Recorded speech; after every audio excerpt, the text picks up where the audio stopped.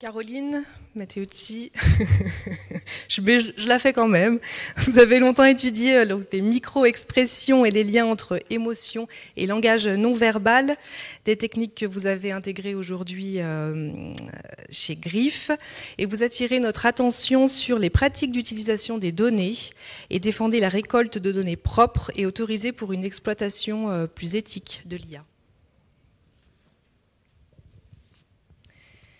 Céline Monneret, on vous a vu, Kim Info, donc vous êtes ingénieur en informatique de formation et il y a 6 ans, vous avez pris la direction du pôle recrutement IT et vous travaillez à l'amélioration continue des outils numériques. Xavier Moles-Lopez, nouveau, mais de chez Kim Info aussi, bienvenue.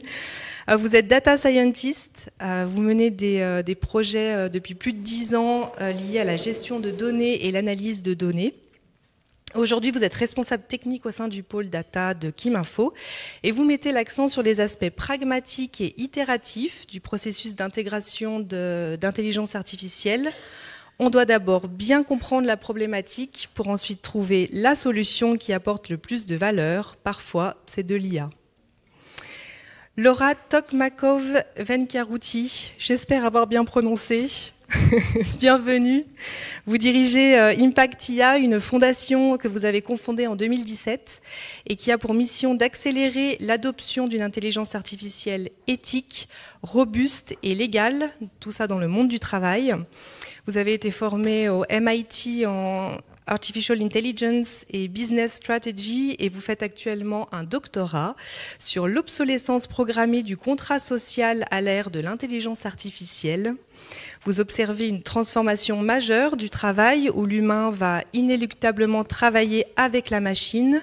On quitte l'ère de la productivité vers celle de l'excellence. Voilà le défi sociétal des 30 prochaines années.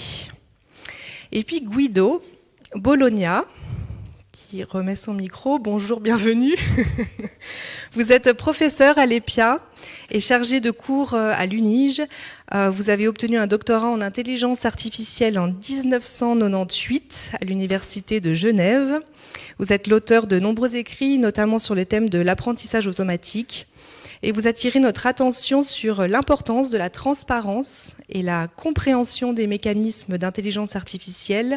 Le basculement vers l'excès de confiance des algorithmes représente des dangers. L'humain doit toujours avoir le dernier mot. Et enfin, Axel Collet, bienvenue, ingénieur en système embarqué. Vous êtes assistant HESSO dans le laboratoire de traitement d'images à l'EPIA, donc on est un peu chez vous. Vous nous présentez le proof of concept d'un projet mené en collaboration avec les TPG, visant à fluidifier le trafic des transports en commun à l'aide notamment de détecteurs d'objets en temps réel, un projet qui a été développé avec des outils d'open source et que vous allez nous présenter en quelques minutes avec la vidéo que l'on va lancer.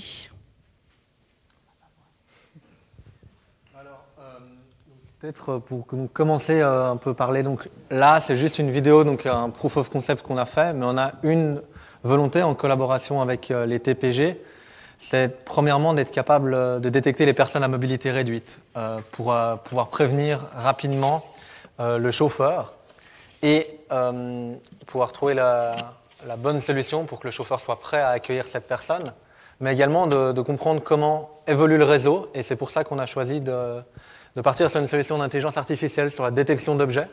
Donc les chaises roulantes, les personnes, les poussettes, les vélos. Et donc grâce à ça, on a utilisé donc toutes des données open source pour éviter la labellisation qui nous a donné donc des premiers résultats assez prometteurs. Et par la suite, on va continuer avec quelques données en transfer learning sur des données réelles pour améliorer les résultats et pouvoir avoir une meilleure compréhension du réseau et de pouvoir trouver les bonnes solutions en temps réel. Merci beaucoup. Je le rappelle, on va faire à peu près une demi-heure de discussion avec des questions un peu prévues. Et puis ensuite, vous avez vraiment la parole. Il y aura un moment d'échange et également avec ceux qui sont en ligne. Sandrine sera là pour vous donner la parole et que vous puissiez poser directement vos questions aux panélistes. Alors, annoncé comme la prochaine révolution, l'IA semble loin des fantasmes nourris par la science-fiction où la machine prend le pouvoir. J'ai envie de vous demander quels sont finalement les enjeux actuels et puis pourquoi l'IA fait si peur. Allez-y seulement, si vous voulez que je... Pierre ? Oui, on m'entend, oui. Volontiers. Alors moi, je commence généralement une présentation de l'IA avec une première image. J'ai souvent un public qui est relativement jeune, donc je mets généralement l'œil de 2001 Odyssée de l'espace de HAL. Parce qu'on a beaucoup parlé de ce film-là. On n'est pas encore marché sur la Lune et ce film-là déjà définissait un certain standard. Je pense qu'il y a, comme toutes les technologies, et Hélène le disait très bien tout à l'heure, toutes les technologies finissent in fine par servir l'être humain. Mais au début, on ne sait pas trop quoi en faire et il y a toujours une utilisation qui est faite par un certain nombre de personnes pour pouvoir essayer de découvrir quelles en sont les limites. Et je pense qu'à travers ces éléments-là, l'IA est une révolution comme une autre. On a commencé, regardez d'où vient la définition du terme sabotage. On a remplacé la force humaine par la force machine. Les ouvriers lançaient leurs sabots sur les machines pour les casser parce qu'ils avaient peur de ces éléments-là. Est-ce qu'aujourd'hui, vous imagineriez une usine qui n'a pas ces machines pour pouvoir faire son travail? Non. Est-ce que c'est un bien, un mal? L'avenir nous le dira. Donc je pense qu'il y a un tâtonnement. Aujourd'hui, là, on parlait tout à l'heure de Kasparov. Quelqu'un a fait une thèse en 98, donc date de Deep Blue à Kasparov. On se posait beaucoup de questions à cette époque-là, on s'en posera toujours, on s'en pose encore. On l'a vu avec des vidéos qui sont très impressionnantes sur le comportement humain. Pour qui, pourquoi? Pour être fliqué, pour recruter. Okay, donc c'est plutôt positif. Il y a un certain nombre de choses qui font naturellement peur à l'être humain. Et je pense que là, on va vers une plus grande ouverture. J'allais dire, on doit faire attention à quoi? Mais peut-être que Catherine... Oui, alors on va faire attention à garder notre créativité, en fait. Et moi, ce que j'ai entendu ces dernières années autour de moi, c'était plutôt que la crainte, elle est souvent motivée par l'employabilité. Est-ce que l'IA va venir nous prendre notre job? Donc, et ça, c'est dans différents secteurs, différentes industries et différents types de profils. Alors, la bonne nouvelle, c'est quand même qu'il y a un certain nombre d'études qui ont planché sur ce sujet et qui s'accordent à dire que cette révolution, comme disait Pierre, elle va en fait générer plus d'emplois qu'elle ne va en éliminer. Et bien sûr, elle va en éliminer, mais ceux qui sont à risque, c'est effectivement toutes ces tâches qui sont répétitives. Et en même temps, moi j'ai du mal à me dire... qu'on pourrait ne pas être quelque part soulagé d'être déchargé des tâches répétitives pour se consacrer à des tâches dans lesquelles en fait on peut être plus créatif, on peut amener une réflexion, un regard différent. Donc effectivement, il y a un upskilling, il y a une évolution des profils, et puis il y a des nouveaux métiers qui se créent. Donc là, on a des data scientists. Tourner vers Céline également, voilà. Qui peut du coup témoigner de comment l'intelligence artificielle aide votre travail au quotidien et vous ne prend pas votre travail. Oui, parce que juste les data scientists, il y a quelques années, ça n'existait pas. Et puis là, on en a. Donc il y a des nouveaux métiers qui se créent. Tout à fait. J'avais assisté il y a quelques années à une conférence d'un RH sur l'IA qui disait attention, l'IA arrive, est-ce que vous êtes prêts? Comme si c'était une vraie menace. Mais clairement, comme vous dites, pour moi, c'est plutôt... être plus focus sur des tâches pour lesquelles on aura une vraie plus-value et nous faire gagner du temps. Après, il nous reste encore tous les échanges avec les candidats, les entretiens. Alors après, peut-être qu'on utilisera CRIF dans quelques années aussi, on verra. Mais voilà, l'idée, c'est vraiment de gagner du temps sur certaines activités. Et clairement, moi, je n'ai pas peur que mon métier disparaisse un jour. S'il disparaît un jour, certainement, je me serai adaptée aussi, j'évoluerai aussi. Et donc, voilà, c'est le progrès aussi. Hein. Il faut que ce soit utilisé à bon escient, quoi. Oui, mais je pense que ça revient de l'humain. C'est-à-dire ce que vous venez de dire, c'est exactement ça. C'est que l'humain, il est câblé pour être en confort.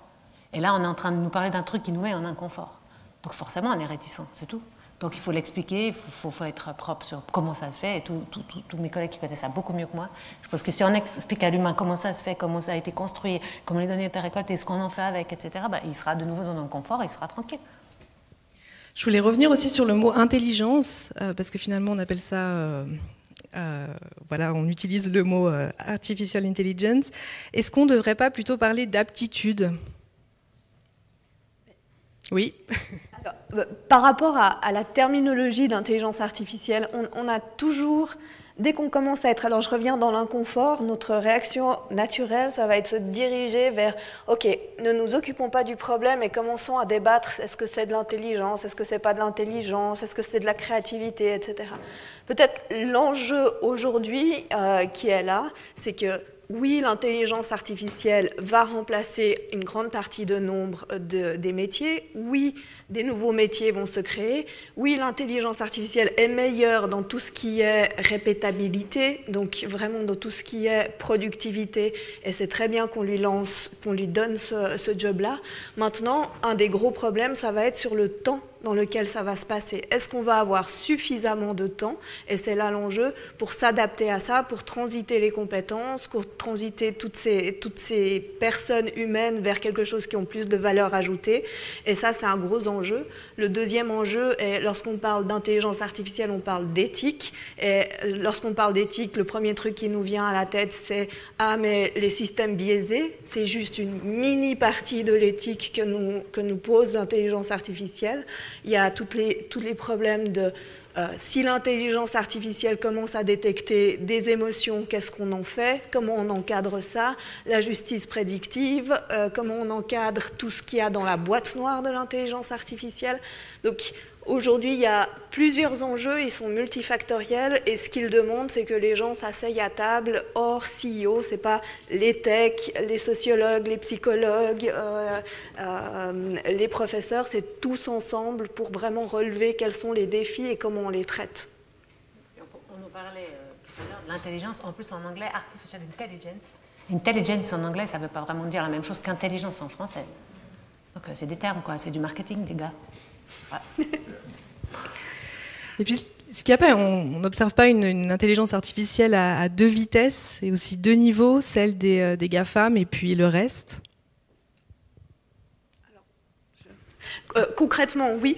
Aujourd'hui, les GAFAM, elles ont la puissance d'avoir des ingénieurs et les millions pour aller avec. Aujourd'hui, la PME a la capacité, quel que soit son nombre de collaborateurs et quel que soit son cycle de vie, d'aller chercher des solutions d'intelligence artificielle grâce aux librairies open source, grâce à ce qui existe et qui est mis par la communauté. Et en fait, l'enjeu de la PME aujourd'hui, c'est où est-ce que je peux mettre de l'intelligence artificielle et que c'est intelligent, où est-ce que je dois garder l'automatisation et c'est aussi super intelligent, mais comment je vais intégrer l'intelligence artificielle dans ma PME. Alors ce qui était dit ce matin, comment je repère où c'est pertinent, où c'est un bon retour sur investissement, comment j'encadre ça avec le niveau éthique, comment j'amène toutes mes ressources et tous mes collaborateurs à l'acculturation là-dessus, qu'est-ce que ça veut dire pour enlever les freins qui sont la peur et comment on arrive à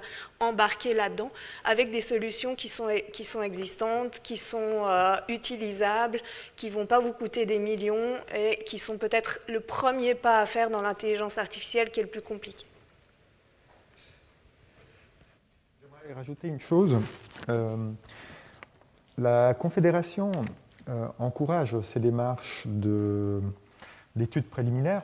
Donc, il y a des petits financements qui sont prévus par la Confédération. C'est des chèques inno-suisses. Donc, les entreprises qui le désirent peuvent, disons, avec le monde académique, faire des petits projets pour faire des études de faisabilité, typiquement. Donc, ça peut être très intéressant pour les petites entreprises en général. Oui. Je peux peut-être ajouter un mot en représentant là, une entreprise qui est dans l'IT depuis 110 ans, qui fait partie peut-être des GAFAM. Il y aura toujours une différence. Et c'est tout à fait normal, c'est tout à fait logique, parce que nous, en tant qu'entreprise de multinationale de cette envergure-là, on cherche toujours à innover, à aller devant, à aller plus loin. Donc on dépense pas des millions, mais des milliards sur ces technologies-là. On essaye bien évidemment de trouver un retour sur investissement, c'est tout à fait logique. La différence que l'on a pu voir avec l'IA qui a traversé un certain désert dans les années 80 à 2010, grosso modo, on se rend compte que finalement, on a mis à disposition un certain nombre d'outillages Cette révolution-là, on l'a subie aussi de notre côté. On a pu mettre des algorithmes, des méthodes de travail qui sont maintenant été captées par tout un ensemble d'entreprises qui sont parfois arrivées dans l'open source. Et ce que l'on remarque, c'est ce qui a été dit tout à l'heure, c'est que cette révolution qui est en marche, elle s'accélère. Donc nous-mêmes, lorsqu'on inventait quelque chose, on était bon pour 10-15 ans, on était tranquille, on avait une position de leader, et puis maintenant, de moins en moins. Ça dure plus que 5 ans, 3 ans, 2 ans, 1 an, et donc on est face aussi à cette... Et c'est très bien pour les entreprises, et si on est là pour échanger avec les PME, c'est aussi parce qu'on pense qu'il y a un vivier, il y a une intelligence. Ma devise est « personne n'est à l'abri d'une bonne idée ». Vous avez des idées, venez échanger avec nous, et on regarde comment on peut faire pour aller de l'avant.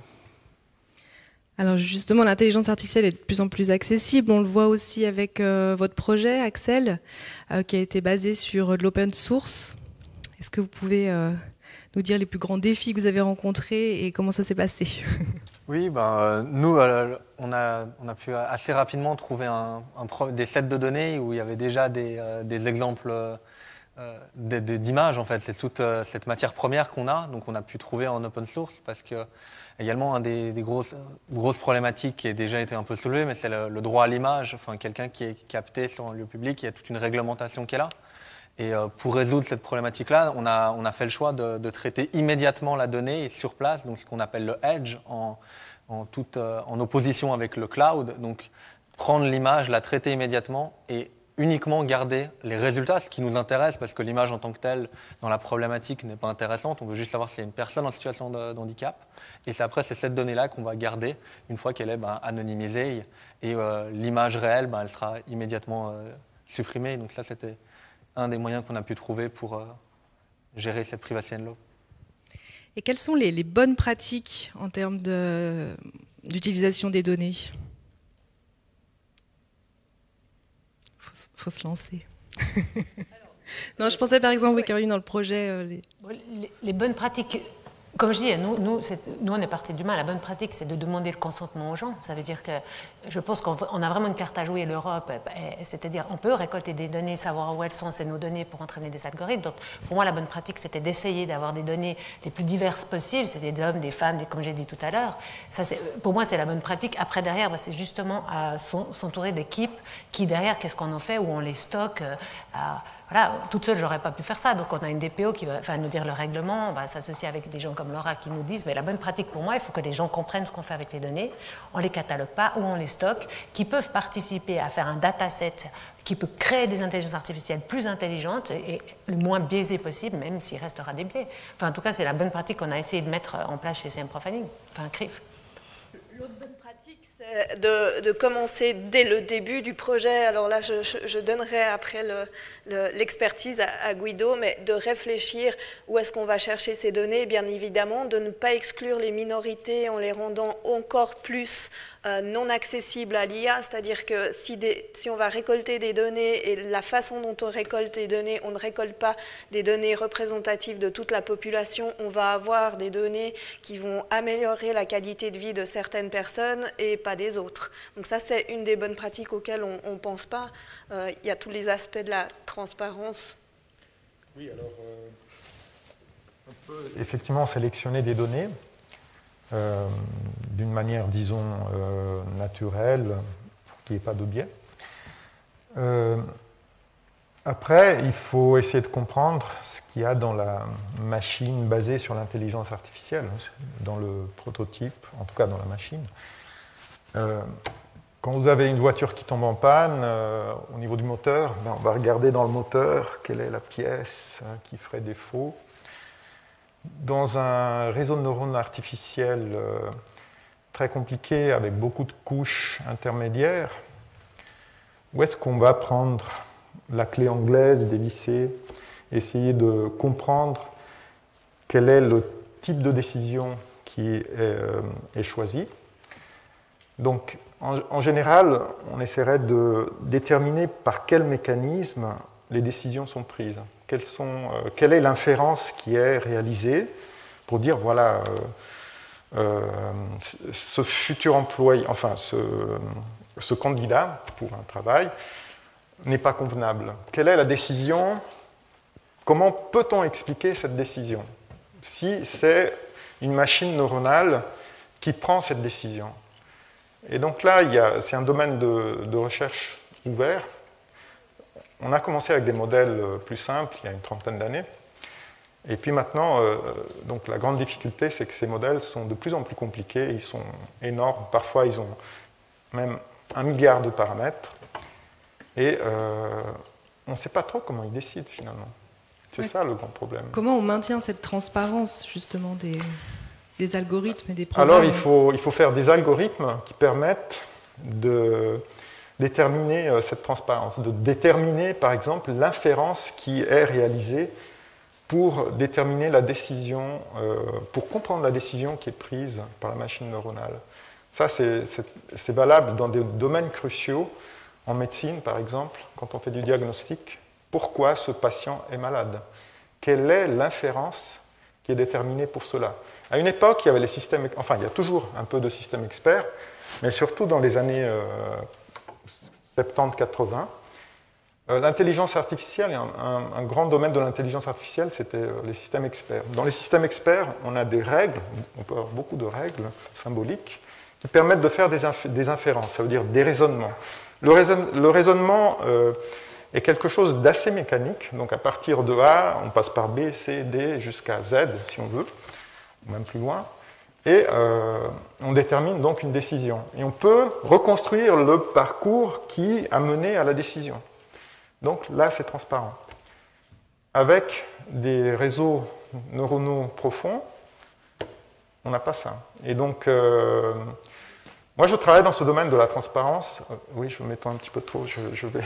Mais disons, non, pas de souci. On va laisser après la parole à Xavier. C'est très important de considérer ce domaine. À l'époque où moi j'ai commencé dans ce domaine, on était très peu nombreux, il y a une trentaine d'années.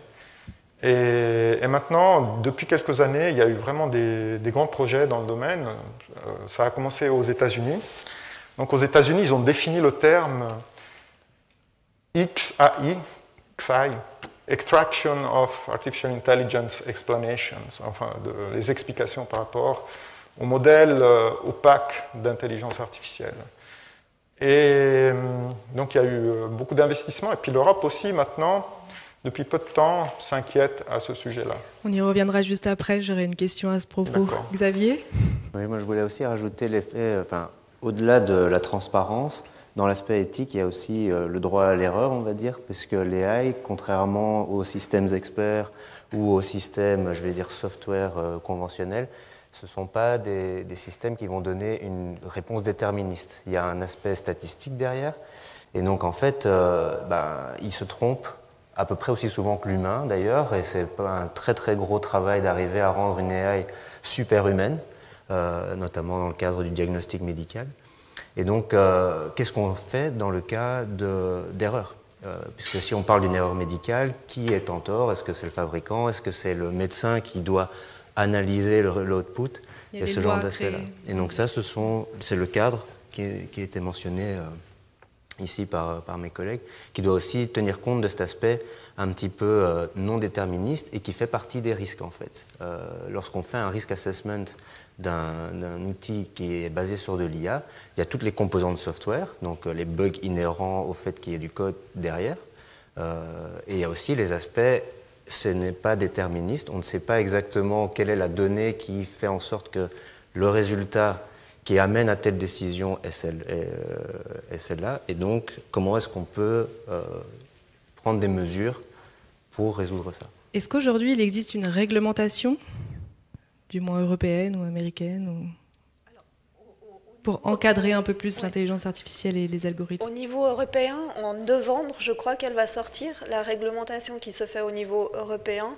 Alors il y a de plus en plus d'initiatives qui se mettent, avec ce double défi, hein, d'un côté les grosses entreprises qui ne vont pas avoir pas avoir l'envie que ce soit réglementé, et donc ils vont se positionner avec ce qu'on appelle aujourd'hui l'éthique washing, en disant mais regardez, nous on fait ça tellement bien, on vous donne la possibilité de consentir à donner vos données, oui, c'est normal, enfin, voilà, et qui vont poser des choses en soi-disant éthiques pour faire vraiment reculer cette réglementation et pas qu'elle se pose. Donc il y a cet enjeu-là, mais il y a des initiatives un peu dans tous les pays de réglementation autour de l'IA qui sont en train de se mettre en place petit à petit. Et justement, je reviens sur l'Union européenne, qui l'IA semble clairement une priorité. Les risques reconnus dans leur livre blanc, j'en ai pris 3, c'est l'opacité des processus de décision, les discriminations liées aux biais algorithmiques, on en a un peu parlé, et l'invasion de la vie privée liée aux données personnelles. Alors la question, c'est comment trouver l'équilibre entre croissance et également protection? C'est une excellente question, mais très compliquée. Disons, on développe beaucoup plus de modèles basés sur l'intelligence artificielle qu'on essaye et on n'essaye pas forcément de les rendre transparents. C'est un peu ça le problème. Il y a beaucoup d'investissements sur la production de systèmes entre guillemets intelligents, et puis les décisions que sont prises par ces systèmes, on ne se pose pas trop de questions en général à l'heure actuelle. On commence à se poser des questions. Donc comment trouver l'équilibre? Ça voudrait dire investir un peu plus sur pour lutter contre l'opacité des systèmes soi-disant intelligents. Mais encore une fois, on peut toujours chercher les solutions à l'extérieur. Qu'est-ce que l'Europe va faire pour nous? Qu'est-ce que les réglementations vont faire pour nous? La première solution, elle vient de la PME elle-même. Quand on travaille avec CRIF, une des raisons pour lesquelles on travaille, c'est qu'ils se posent les vraies questions. Est-ce que si je mets une intelligence artificielle dans le recrutement, qu'est-ce que ça génère en termes d'inéquité possible? Comment on peut régler ce genre de choses? Parce qu'on a beau dire la vidéo, le candidat va signer et donner son consentement. Si je cherche du travail et que j'ai en face de moi quelqu'un qui veut me recruter, bien entendu, je vais donner mon consentement ou pas. Mais enfin, je veux dire, qu'est-ce qu'en tant que PME, je mets comme base éthique, légale et sécuritaire, et qu'est-ce que j'ai envie que l'IA puisse faire, et si on est une entreprise voilà, la justice prédictive, la Grande-Bretagne a arrêté ça. L'idée, elle est super en disant, si on arrive à mettre de l'IA qui nous aide à voir quelle personne va récidiver ou pas, on va arriver à économiser de l'argent, on va arriver à mettre en sécurité la population, et on va arriver dans une société plus où les agents vont faire du travail autre de prévention. Mais la réalité, c'est pas ça qui se passe, c'est pas ça qui s'est passé. Donc il faut vraiment encadrer de façon très vigilante ce genre de choses. Et ceux qui peuvent le faire, c'est ceux qui vont avoir ces idées-là. C'est des CRIF, c'est vous, quand vous allez monter votre PME, votre système IA, c'est là que ça se passe. Moi, je pense que ça vient de l'humain, en fait. On dit PME, mais vous êtes un humain derrière la PME. Donc si on prend vraiment CRIF, toutes les règles qui sont en train de sortir de l'Europe, on les a respectées. Mais je vous promets que je n'avais jamais regardé quelles règles étaient là. Hein. Je ne me suis pas dit, tiens, il se passe des trucs. C'est que tout à coup, quand on arrive, on les respecte parce qu'on parle de l'humain et justement de tous ces risques qu'on vient d'évoquer. Si je mets cette intelligence artificielle, comme ça se répercute, si un candidat est refusé, on va lui dire quoi? Ça veut dire qu'on n'utilise plus notre cerveau? Non, et restez en jeu, les gars. On peut continuer à discuter. Donc je pense que c'est vraiment... Ouais, vraiment, non, on ne s'est jamais dit, tiens, quelle règle va arriver? Donc je te rejoins. On est parti de nous en se disant, qu'est-ce qui est bon pour l'humain? Oui, par rapport à la question, l'équilibre entre croissance et protection, et la priorité de l'IA, pour le continent européen, il ne faut pas se leurrer. La vraie priorité, c'est parce que c'est un essor économique. Et qu'à un moment donné, on n'a pas parlé du côté asiatique, mais il y a les US d'un côté, il y a l'Asie de l'autre. Et puis l'Europe au milieu se dit, mais le marché il est en milliards de dollars, et puis qu'est-ce qu'on peut faire? Et la différence, donc avec l'Asie notamment, c'est qu'il y a on est quand même sur les terres des droits de l'homme, et donc on a une forte culture on a des droits en tant qu'humains, et c'est ça qui fait un peu l'équilibre. Et je pense que voilà, des événements comme aujourd'hui, c'est vraiment l'importance. Ok, il y a le côté économique, mais j'irais même au-delà, c'est que tout être humain aujourd'hui doit avoir une certaine compréhension de l'IA pour pouvoir mettre un espèce de contrepoids. Parce qu'on ne connaît pas, on ne peut pas agir dessus. Et il faut qu'on ait tous un espèce de lobbying positif pour que l'IA soit au service de l'humain. Alors il y a aussi beaucoup de choses là sur le AI for good, etc. Ça, on pourrait en parler peut-être dans un autre événement. Mais voilà, et de toute façon, on ne peut pas avoir des systèmes qui sont hyper protectifs et hyper performants. À un moment donné, ça va pas arriver. Donc c'est arriver à trouver une bonne balance. Et puis bon, quand on voit des réalisations comme celle de CRIF, c'est déjà un bon point de départ de se poser des bonnes questions, de rendre transparent ce qui peut l'être, et puis d'avancer comme ça, de façon itérative. Xavier. Donc, en fait, moi, ça me ramène toujours à la question de, OK, cette AI, elle va servir à quoi? In fine, quelle va être son utilisation?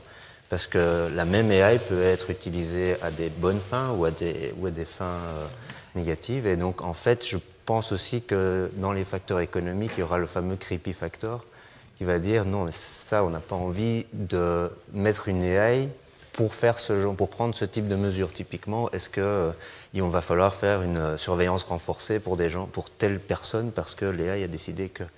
Et donc, effectivement, si on sait dire à l'agent de probation, voilà, faites attention avec cette personne-là, mais gardez votre aspect humain, gardez votre vigilance et éventuellement prenez ça comme élément en compte pour votre suivi, en fait, là, on n'a pas supplanté l'humain, on l'a augmenté. En fait, on lui donne des signaux que potentiellement, lui n'est pas formé à capter, et donc va pouvoir avoir plus d'informations pour faire son métier. Et donc, c'est cette notion de pourquoi faire, comment c'est utilisé, comment c'est implémenté, qui peut aussi faire la différence entre une application éthique et une qui ne l'est pas. À mettre un mot, c'est vraiment une question sociétale, hein, l'humain est derrière, c'est très clair. Hein. Comme je disais tout à l'heure, à chaque révolution technologique suit une révolution organisationnelle, la société. Hein. Ça a toujours été comme ça depuis que l'homme et la femme sont sur Terre. C'est vraiment à nous, et c'est grâce aussi, merci aussi à Paris City et puis au pays d'organiser ce genre d'événements, c'est éduquons-nous, éduquons-nous. Vous êtes là, vous êtes venus là, pourquoi? Pour mieux comprendre, pour avoir des clés de lecture, pour comprendre à quoi ça sert, est-ce que ça peut m'aider peut-être pour vos propres besoins, mais aussi pour mieux comprendre ce qui se passe. Et c'est grâce à ce genre d'événement aussi que l'on arrive à se dire, finalement, est-ce que je vais rentrer dans cette voie-là? Posons-nous les bonnes questions. Ne soyons pas ignorants. Est-ce qu'il y a d'autres choses à rajouter sur cette question? Oui. J'aimerais dire une chose. Au fond, pour un entretien de travail, est-ce que cela ne va pas pousser les gens à prendre des cours de théâtre pour devenir très bons acteurs? Donc c'est bien pour la culture, quelque part, parce qu'il n'y a jamais assez de financement. Parce qu'on peut s'entraîner, comme on voit dans les films peut-être, quand il y a la machine de vérité, et puis on doit essayer de faire en sorte qu'elle ne fasse pas les bonnes détections. En fait, on se comporte comme la machine et non plus l'inverse. On essaye c'est ça le risque. De trouver les bonnes émotions. Comme un acteur de théâtre peut trouver les émotions qu'il faut au niveau du visage, du corps.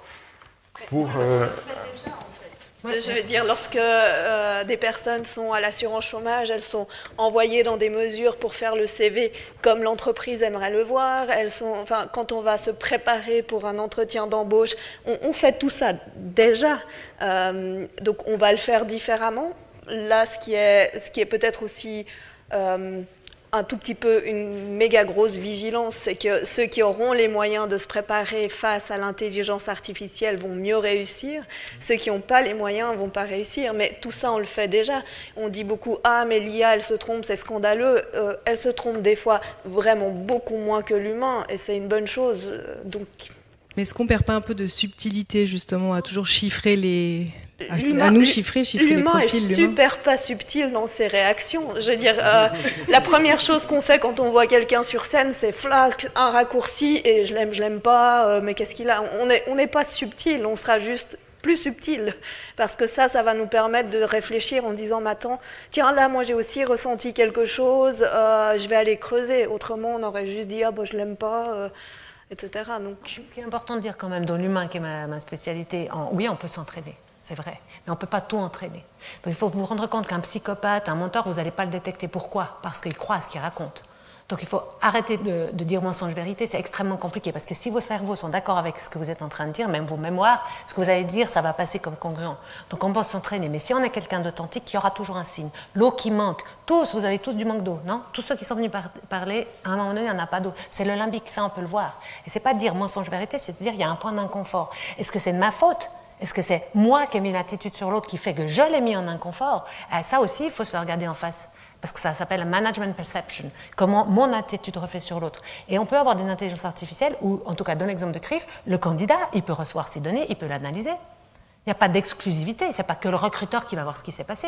Le candidat, s'il a envie de se voir et de dire « Ah tiens, j'étais inconfort ou pas, non pas vrai », voilà, moi je crois qu'il est important, c'est de donner l'accès, mais en tant qu'humain, si on veut se déguiser vraiment, mais aucune machine ne va le détecter. C'est pour ça qu'il existe la police. J'aimerais juste ajouter un petit point à une question qui a été posée tout à l'heure, c'est quelles sont les bonnes pratiques. On a beaucoup parlé des données, du droit d'usage des données, de l'explainability, en bon français, de ces données-là. On a parlé du fait que la machine, enfin que ces éléments-là sur l'intelligence artificielle ne permettent pas d'avoir des réponses qui sont systématiquement justes, et ce qui est tout à fait normal comme tout être humain. Mais il y a un élément qui différencie aussi énormément les systèmes à base d'intelligence artificielle des, on va dire, logiciels comme on a eu l'habitude de les utiliser, c'est qu'un système d'intelligence artificielle que vous n'entraînez pas et que vous ne continuez pas à entraîner va finir par devenir non efficace et voire même déficient. Donc, à contrario des solutions qui existent actuellement, et c'est pour ça aussi qu'il y a une révolution qui est très très forte, continuer à entraîner ces systèmes d'intelligence artificielle parce qu'on évolue chaque jour. Donc corriger, améliorer le système, et ça c'est un élément, un facteur qui est très très important, qui est souvent oublié. On voit surtout dans des petites structures en disant bon, j'ai mis mon système d'intelligence artificielle et puis mes ventes vont faire un boom et puis c'est fini. Ça ne marche pas comme ça, ça ne marche plus comme ça ne marchera plus comme ça. Donc il va falloir prendre le temps, et moi je prends une image qui est souvent assez simple, c'est comme lorsque vous embauchez un junior. Il est là, il sait faire un certain nombre de choses, ok, il se trompe, une petite tape derrière la tête de temps en temps, et puis il va travailler un peu mieux. Mais si vous le laissez comme ça et vous ne lui donnez jamais la capacité à croître et à apprendre d'autres choses et à être confronté à de nouveaux éléments, ben votre système va tout doucement décroître. Et ça, il va y avoir une perte d'efficacité pour vous, pour votre entreprise, une déception.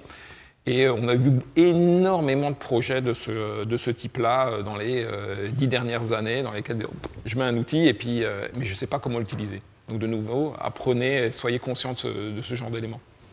Kim Info, j'imagine que vous en êtes conscient avec votre projet d'intelligence artificielle que vous venez de lancer. Comment il va évoluer, enfin, quels sont un peu les objectifs, le futur? Ben là, c'est effectivement, comme on disait tout à l'heure, l'intégration, et puis après avoir quelques petits filtres dans notre outil de recherche pour cibler plus rapidement les meilleurs profils. Après, c'est clair que c'est un outil qui est complémentaire, on ne se base pas que là-dessus. On fait des recherches classiques sur d'autres outils, donc pour moi, c'est vraiment un outil, une aide en plus pour les recruteurs pour être plus efficaces dans leur travail après. Mais effectivement, ça n'enlève pas tout ce qu'il y a derrière, tout le processus de recrutement, les entretiens et tout cet aspect humain, effectivement. Et après, il y aura le système de réapprentissage, de réentraînement, parce qu'effectivement, il y aura de nouveaux clients, de nouvelles demandes, de nouveaux métiers, de nouvelles formations. Et donc, voilà, il faudra aussi que le système soit capable de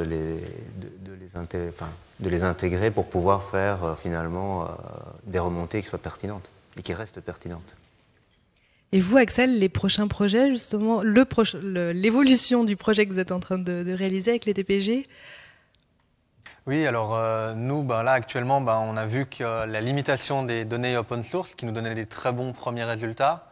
Et actuellement, on a un prototype, et avec ce prototype-là, nous, ce qu'on a envie, c'est d'acquérir des réelles données, que le premier entraînement nous serve à pré-labelliser les nouvelles données et de pouvoir continuer toujours dans ce cercle d'améliorer toujours un peu mieux. Les données open source, c'est une excellente porte d'entrée, mais on voit des très bons résultats prometteurs, ça nous fait un proof of concept, mais ça donne surtout envie de continuer plus loin. Est-ce qu'on trouve de tout dans ces datasets open source? Oui, et surtout des images libres de droit qui ont été publiées volontairement par les personnes. Donc on a vraiment des événements. Des choses qu'on ne trouve pas. Ouais. C'est vraiment des événements où les gens essayent de communiquer autour de ça. Donc c'est rarement des caméras de surveillance ou des contextes réels, malheureusement. Donc d'où l'importance d'aller chercher les données réelles.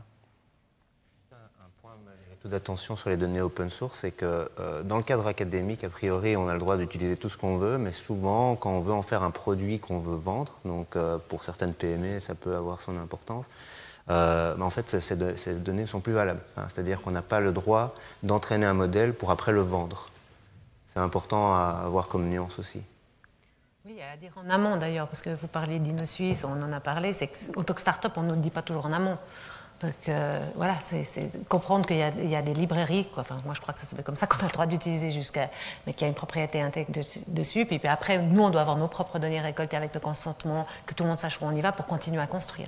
Et peut-être c'est effectivement, pour moi, on en avait parlé aussi à une séance sur les femmes dans l'intelligence artificielle, mais d'avoir un label, d'aider les startups, parce que je pense que vraiment des fois dans les PME, vous aussi, on peut faire des erreurs. Et après, quand il faut retourner en arrière, ça peut avoir des coûts extrêmement coûteux. Donc, enfin, voilà, des coûts. Oui, puis encore une fois, ces datasets, alors il y a le fait qu'elles sont biaisées. Souvent, les ingénieurs, ils commencent en disant ok, je vais utiliser ce dataset, je sais, il n'est pas parfait, etc. Puis après, il n'y a pas la remise à jour, c'est-à-dire que le produit va sur le marché et il est avec ces biais-là. Donc on a un gros enjeu aujourd'hui de où est-ce qu'on va chercher des données, et les principales données qui sont utilisées, ImageNet et compagnie, pour former des intelligences artificielles sont d'un biaisage. Enfin, à chaque fois que je regarde, j'ai les chaussettes qui m'en tombent et je me dis mais comment c'est possible?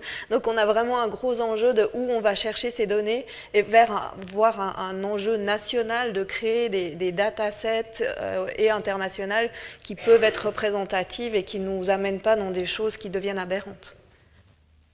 C'est pour ça que en fait, je mentionnais que l'éthique, c'est vraiment un des éléments clés du succès des projets IA et qu'il faut mettre dès le début. C'est comme Laura disait, souvent on commence quick and dirty avec un premier dataset et puis on verra plus tard, et puis il y a d'autres enjeux, d'autres pressions. Et quand même, on a la chance de travailler maintenant en amélioration continue, comme tout le monde l'a évoqué. Donc il faut vraiment intégrer ce contrôle qualité à tous les niveaux et puis vérifier à différentes étapes, quels sont les biais. Donc dans les données, est-ce que l'échantillon est représentatif ou pas? Quels sont les biais dans le choix des paramètres qui ont été faits par les équipes? C'est pour ça que c'est important. Il y a beaucoup de sujets de discussion ces temps, mais sur la diversité des équipes, donc genre, mais pas que. Ça peut être des nationalités différentes. Là aussi en Suisse, on s'en rend pas compte parce que surtout à Genève, il y a un environnement international, mais une IA développée en Allemagne, ou une IA développée en Chine, ou une IA développée aux USA ou en Amérique du Sud, pour le même besoin, ça va pas faire la même chose. Donc vraiment travailler sur les diversités, ça c'est important dans ce type de projet pour un IA responsable. Merci beaucoup Catherine, ça me fait justement la transition avec le projet de Laura qui vient de publier, alors pas toute seule, mais un papier blanc sur les femmes dans l'intelligence artificielle qui présente un état des lieux et aussi qui fixe des objectifs. Alors pourquoi militer vers une plus grande diversité dans le domaine de l'intelligence artificielle, Laura ? Alors j'insiste sur le fait, c'est la diversité pour laquelle on milite, et que le premier pas aujourd'hui pour militer à une diversité qu'on a choisie, c'est plus de femmes. Aujourd'hui, les chiffres qui sont dits, 88% des intelligences artificielles sont développées par des hommes en général entre 30 et 40 ans. On a à peu près 22% de femmes dans le domaine de l'IA dans le monde, 19% en Suisse. Assez naturellement, si un groupe d'ingénieurs hommes commence à développer des intelligences artificielles, elles vont répondre à ce que eux ils ont comme besoin, ce que eux ils ont comme ah oui ce serait super de faire ça. Elles ne vont pas répondre à d'autres besoins, ce qui fait que l'autre moitié de la population est exclue d'applications qui peuvent améliorer la vie de tout le monde, juste en parlant homme-femme. Maintenant, aujourd'hui, peut-être en sortant d'ici, s'il y a une règle qu'il faut vraiment que vous preniez en compte, c'est si je monte un projet en intelligence artificielle, la diversité, ça doit être ma première règle. Et c'est pas de la diversité, il faut un homme, une femme, une personne immigrée, une personne de telle... C'est vraiment la diversité de mon équipe et comment je peux avoir le plus de gens possible qui vont réfléchir aux impacts, à ce que ça va faire, ce que ça va pas faire, pour qui, comment, et cadrer ça en fait. Une bonne représentativité sur cette table ronde. Là, il y a un gros problème, c'est qu'on est en train de devoir à chaque fois dans les tables rondes, moi j'étais là, 1, 2, ok, c'est bon, ça fait. Donc ça, c'est le premier problème, c'est que c'est génial, mais ça devrait même pas être une question. C'est vrai, en tout fait. à fait. C'est le moment des questions du public. Alors, j'y vais. Je mets mon masque.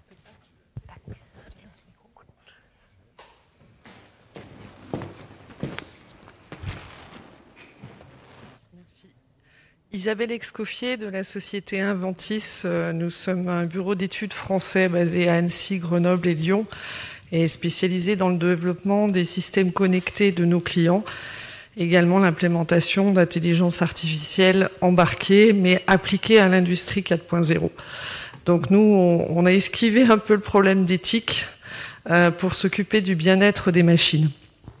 Donc on n'a pas à se poser ce genre de questions pour les machines parce qu'elles ne nous disent rien quand on leur applique de l'intelligence artificielle. Et moi, j'aurais une question plus particulièrement pour Pierre Kaufmann de IBM et Axel de la société LBG. Aujourd'hui, Google a sorti un composant hardware.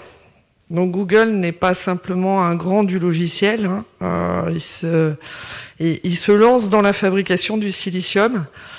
Donc aujourd'hui, je ne sais pas si votre solution, Axel, s'oriente sur ce type de composants pour faire de la détection de formes. Mais en tout cas, ils ont une solution qui permet de détecter plus de 9000 formes différentes avec un composant hardware et du logiciel, un algorithme disponible. Et la question que je me pose, c'est est-ce que en Europe, on va pas perdre justement l'indépendance du matériel, puisqu'on a des grands fondeurs de silicium tels que ST Microélectronique, qui nous permet justement d'avoir notre propre matériel, et que demain les GAFAM vont peut-être verrouiller les solutions complètes, hardware et logiciel concernant l'intelligence artificielle. Et est-ce que IBM, de la même façon, envisage de développer du hardware?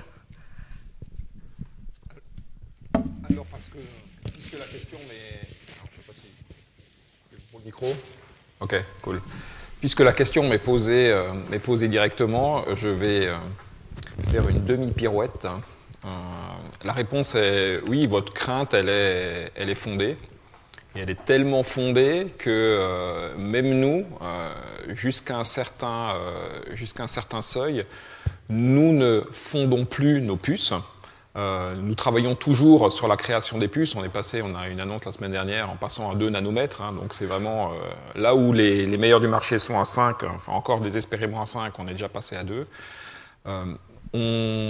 Il y a une crainte, et c'est clair, c'est les US contre la Chine. L'Europe, elle est totalement devenue transparente, malheureusement. C'est simplement la vie du business. Des choix ont été faits de manière différente. On va perdre ces éléments-là. Les Américains, et là je parle de manière générale, pas pour la société que je représente, mais on va perdre ce leadership, ce seront les Chinois versus les Américains. Et d'ailleurs, ce qui est en train de se passer, on l'a vu avec le Covid, la dépendance versus l'Asie est tellement critique que Trump, qu'on l'aime ou qu'on l'aime pas, a fait cette démarche de dire on va réinsourcer, on va ramener chez nous, sur notre territoire, Make America Great Again, qu'on aime ou on n'aime pas, peu importe. Mais il a ramené un certain nombre d'activités aux US sur son territoire pour être sûr que ces éléments-là soient là. Et oui, on le fait. Oui, on fait des caméras de surveillance. Oui, on fait des appareils qui sont... Edge a été nommé tout à l'heure. Hein. On fait ce genre d'appareil-là pour nos clients, pour pouvoir vérifier que les travailleurs en sont à 1,50 m de distance, qu'ils portent tous des casques, des chaussures de sécurité, etc., pour protéger toujours l'humain, pour s'assurer que sur une quai de gare, eh bien, les trains restent sur les rails, ils ne sont pas sur le quai, et vice-versa. On est là-dedans, et c'est vraiment un système qui est de plus en plus demandant. On parlait beaucoup des données, on parlait des chiffres qui ont été annoncés, des pétabytes, c'est juste incroyable. Hein. Il faut savoir que 90% de l'information qui existe sur la planète aujourd'hui a été créée dans les 2 dernières années. Voilà. Donc on se place en 2023. Voilà. Donc toutes les informations que l'humanité a pu accumuler jusqu'à présent ne représenteront plus que 10% de l'information. Donc c'est juste incroyable, et donc c'est pour ça qu'on arrive à déplacer sur des machines, dans des centres de contrôle, dans des voitures, dans des machins comme ça, toutes ces capacités d'intelligence artificielle, parce qu'on peut le faire. Et on peut le faire parce qu'on pense qu'on peut aider l'humain, certains parce qu'on peut faire plus d'argent. Donc c'est une démarche. Mais l'Europe est devenue totalement transparente. Là où on a une valeur encore ajoutée au niveau de l'Europe, c'est la couche qui est au-dessus, c'est l'application de tous ces éléments-là. Tu veux compléter ? Avec grand plaisir. Alors, j'ai pas toute l'expertise et la compréhension géopolitique et tout ça, mais je pense qu'en effet, le problème qui est soulevé, il est vraiment très intéressant. Et est-ce que l'Europe arrivera à se positionner intelligemment là-dessus ? J'espère, mais c'est beaucoup moins sûr. Mais dans ce que j'utilise, oui, il y a énormément de produits et qui sont utilisés. Les puces ont été fabriquées en Chine. J'utilise du NVIDIA pour les puces embarquées qui font les calculs sur place. Donc, c'est une entreprise américaine. C'est des logiciels qui ont été développés également par des universités américaines. Donc, malheureusement, non, dans ce que je peux utiliser moi, je dois utiliser l'Amérique, je dois utiliser les produits chinois. Et je pense que les PME, elles pourront très rarement utiliser du 100% européen, et qu'elles doivent être prêtes à collaborer et à trouver leur place au milieu de tout ça, parce qu'il ne faut pas attendre que l'Europe fasse et devienne un acteur. Elles peuvent avoir leur place malgré tout dans l'intelligence artificielle et dans ce monde-là. Oui. Alors, il y a 2 vigilances là-dessus. Quand j'entends une entreprise qui dit « nous, on a détourné les problèmes éthiques en s'occupant du bien-être des robots », on ne peut jamais détourner les problèmes éthiques, on peut le prendre dans tous les sens. À un moment, il faut se poser les questions parce qu'il y a toujours des influences et des impacts. Et lorsqu'une entreprise vous dit on fait ça pour le bien de l'humain et de la sécurité, ça, en général, il faut toujours aussi avoir un petit feu rouge qui s'allume. Non pas qu'ils ne le font pas ou que ce ne soit pas vraiment leur intention initiale, mais le diable se cache dans les détails, et quand on fait pour protéger, on a eu des exemples assez récurrents et qui sont en augmentation ces derniers temps de technologies pour protéger qui ont fait tout le contraire en termes de discrimination, de non-protection. Et on est passé aujourd'hui, jusqu'à présent, l'État devait rendre compte à ses citoyens. Et là, on est en train de passer à des citoyens qui doivent rendre des comptes à l'État sur des problèmes de personnalité, de tout ce qui va avec. Donc, il faut vraiment garder ces 2 feux rouges en tête à chaque fois. Est-ce qu'on a une autre question dans la salle ? Didier. Bonjour, je parle en tant que citoyen plus que l'entreprise que je représente, et vu qu'on parle un petit peu de débat de société, j'en profite d'avoir un grand panel d'experts sur le sujet pour poser une question d'actualité, que je dis avec un masque, hein, donc du coup. L'actualité nous amène à la gestion de beaucoup de données liées au Covid. J'ai révisé ma leçon il y a 1 an exactement. Il y a eu un scandale sur l'intelligence artificielle qui avait analysé des données, qui avait donné des résultats de l'étude du Lancet sur certaines choses. Je ne veux pas rentrer dans un débat médical, c'est pas du tout mon domaine. Par contre, quand on associe les données médicales, Covid, vaccination, marketing, data ou analyse scientifique, en tant que citoyen, quel crédit doit-on donner au big world, big data et intelligence artificielle dans ce contexte-là? Vous nous conseillez quoi en tant que citoyen sur ce contexte sanitaire? Alors moi, en tant qu'humaine, je vous conseille vraiment de garder votre scepticisme. Surtout, on a bien compris comment ça marche, quoi. Si ça, je dis rien. J'essaie de rester objectif dans ma question. Moi aussi, je reste objectif. Il faut garder le scepticisme, quoi. que ça soit du positif ou du négatif. C'est la base du cerveau humain, puisqu'on sait que les biais sont là pour nous protéger. Donc, si on a un biais de croyance fort contre la Covid ou pour la Covid, vous avez beau essayer de parler, votre cerveau va vous mettre en confort, donc essayez de vous protéger. Donc, gardez le scepticisme en disant d'ouverture d'esprit, mais de sceptique, qu'est-ce que vous êtes en train de me dire? Est-ce que je défends mon conditionnement de ce que je crois? Est-ce qu'il y a un truc juste derrière? Donc, en partant d'humain, c'est ce que je vous proposerais, soyez sceptiques. Alors, ce que je voulais plutôt dire, c'est est-ce que c'est fiable, en fait, quand on nous parle de big data et d'intelligence artificielle dans ce domaine-là, en fait? C'était plutôt ça, finalement, la question. Ouais. Alors, rien n'est fiable. Est-ce que c'est plus fiable que l'humain? Ça, c'est une question. Est-ce que fiable, la même chose que l'humain, c'est une bonne chose, voire un peu plus, c'est aussi une question. Il y a aujourd'hui pas mal de technologies autour de l'évolution de l'IA où on sort des big data en disant mais ok, comment on peut faire avec moins de data, comment on peut anonymiser, comment on peut ne pas sortir ces data quelque part. Donc l'évolution, elle va être aussi technologique là-dessus. Maintenant, là où je rejoins Caroline, c'est pas seulement scepticisme, c'est vous informer, c'est quoi l'IA, être acculturé à l'IA, comment ça marche.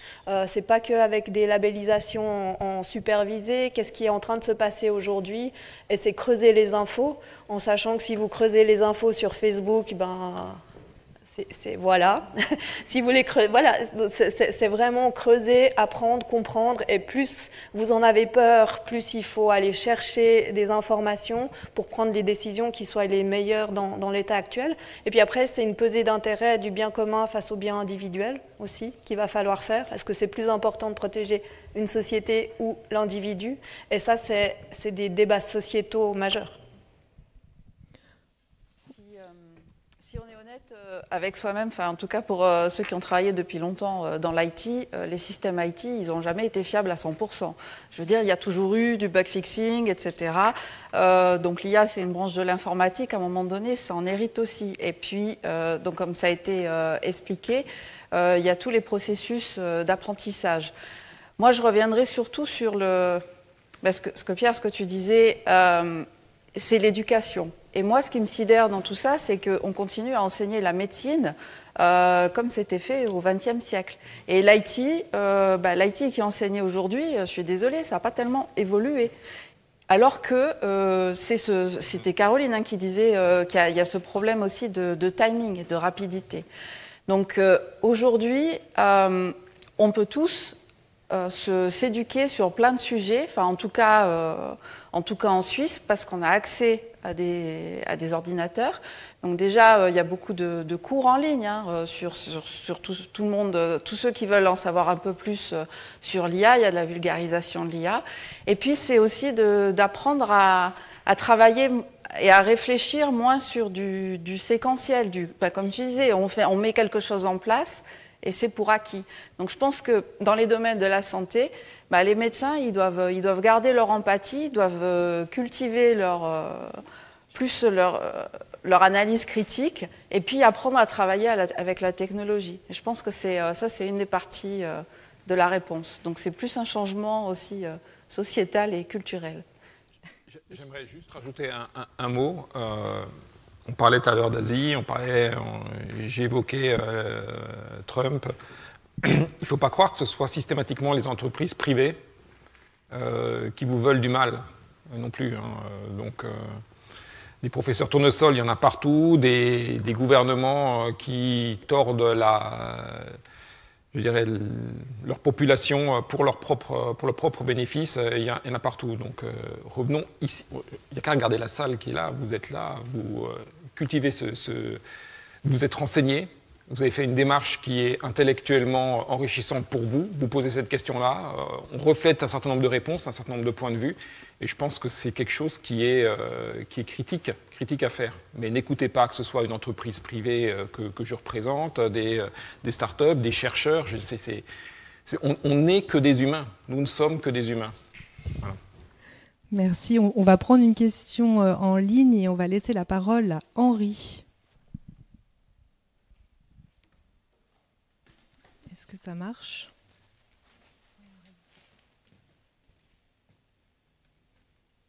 Nous ne sommes que des humains, on laisse la machine... Ah, ça y est.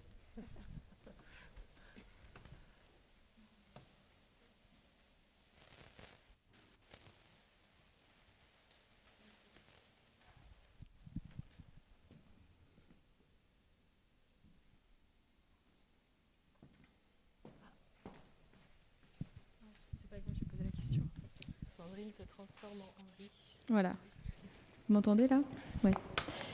Alors, Henri demande quelles compétences sont requises pour une PME pour démarrer un premier projet d'IA. Est-ce une bonne décision de se faire accompagner par un expert et en profiter pour faire un transfert de compétences?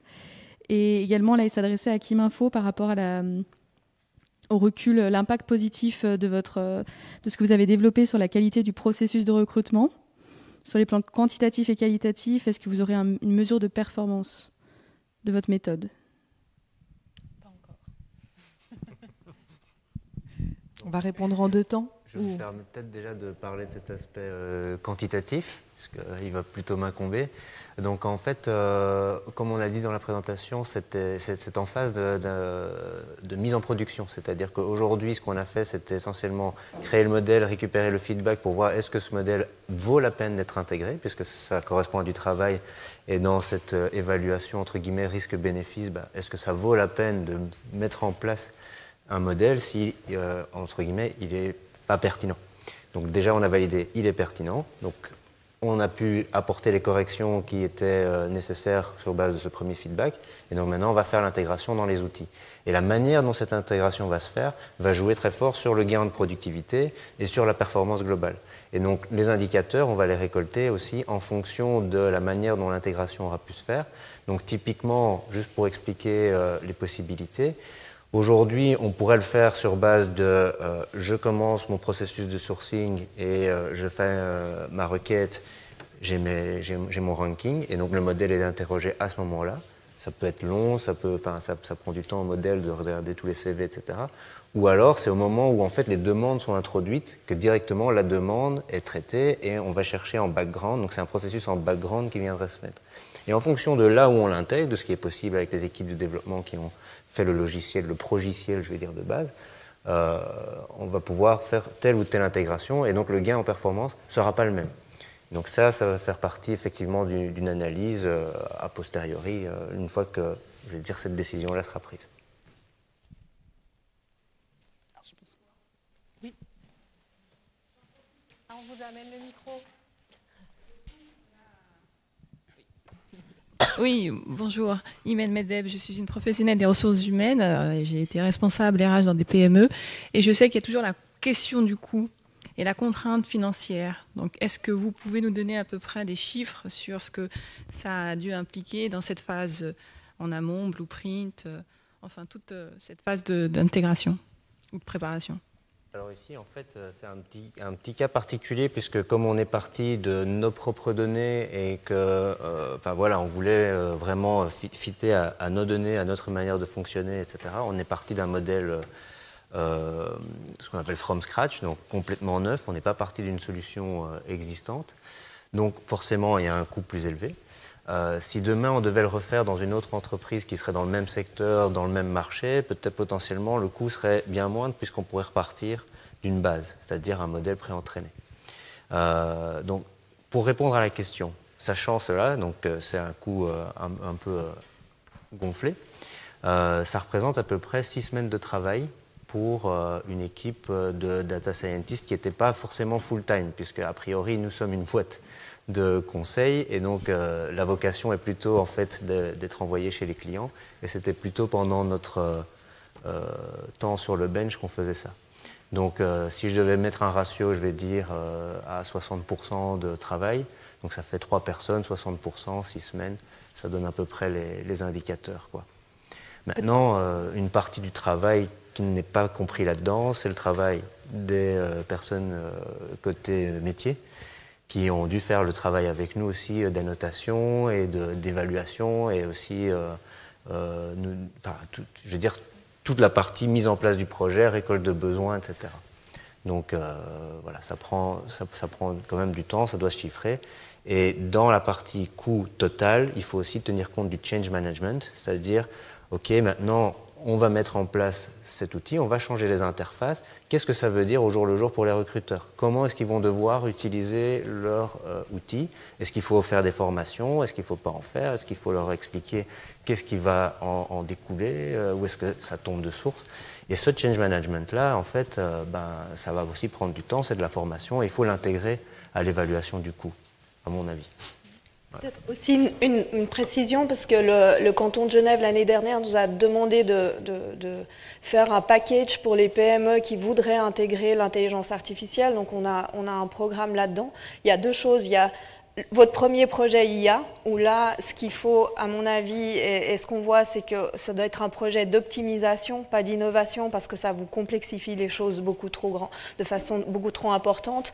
Et dans ce premier projet IA, vous arrivez à avoir des projets qui sortent pour un coût à peu près de 30 000 francs, où on ne va pas mettre dans ces coûts-là le travail interne de la PME, c'est-à-dire la PME qui va travailler sur, aller chercher les datas, aller faire ça. Mais vous avez à la fin, sur à peu près 30 000 francs, une IA qui sort, qu'il va falloir après implémenter, intégrer dans votre système. Et encore une fois, en tant que PME, commencez avec de l'optimisation, commencez avec des solutions qui sont en open source, qui sont en librairie. Faites-vous la main, prenez une équipe de projet qui va être diversifiée, qui va pouvoir intégrer les nouvelles compétences, qui va pouvoir avec ça construire et comprendre ce que c'est l'IA pour après dire ok, maintenant, quelles sont les prochaines étapes, voilà le retour sur investissement que ça peut me faire et de se lancer après sur d'autres choses. Soit vous avez les compétences à l'interne, soit vous formez les personnes à l'interne pour le faire, soit vous engagez à l'externe, soit vous outsourcez avec des intervenants, mais commencez vraiment à comprendre ce que c'est l'IA en faisant un premier projet et plutôt d'optimisation. Si je veux parler des coûts d'innovation de l'IA, parce que 30 000 francs, ça me fait rigoler.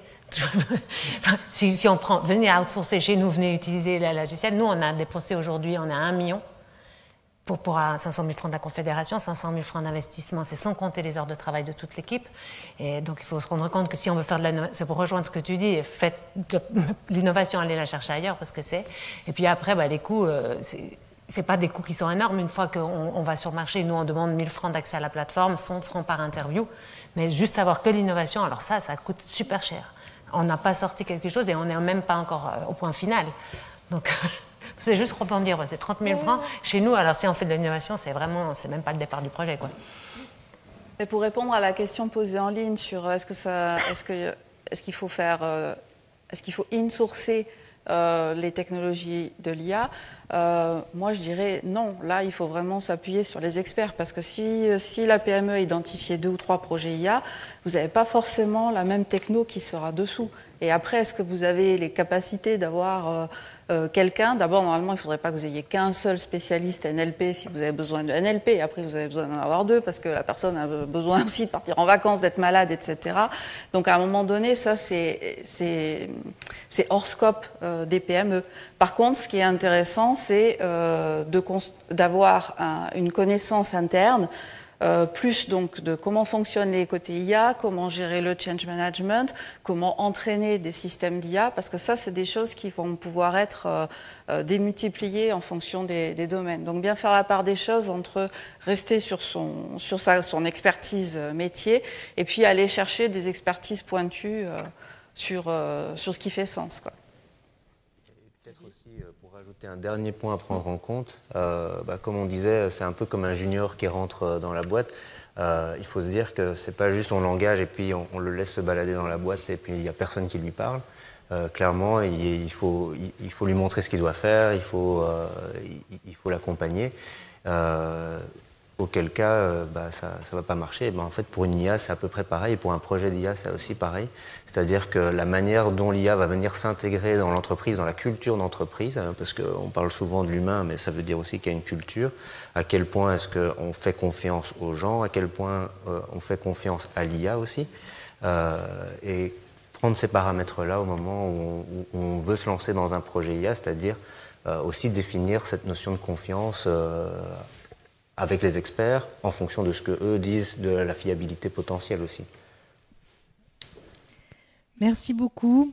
On arrive à la fin de cette table ronde. Les échanges étaient très intéressants. Merci encore d'avoir été parmi nous aujourd'hui. Et puis là, je m'adresse aussi à ceux qui sont en ligne. Merci d'avoir été parmi nous. Navré, on n'a pas pu vous donner la parole, mais on a quand même pris quelques questions. Si vous avez envie de continuer justement à vous informer, Sur l'intelligence artificielle, le prochain Industrie Connect se déroulera à Neuchâtel en direct du CSEM et ce sera le 17 juin. Vous pouvez déjà vous inscrire en ligne sur le site alpacity.ch. Et cet événement est co-organisé par Microcity. Voilà, et merci encore. Je vous souhaite à toutes et à tous un excellent après-midi.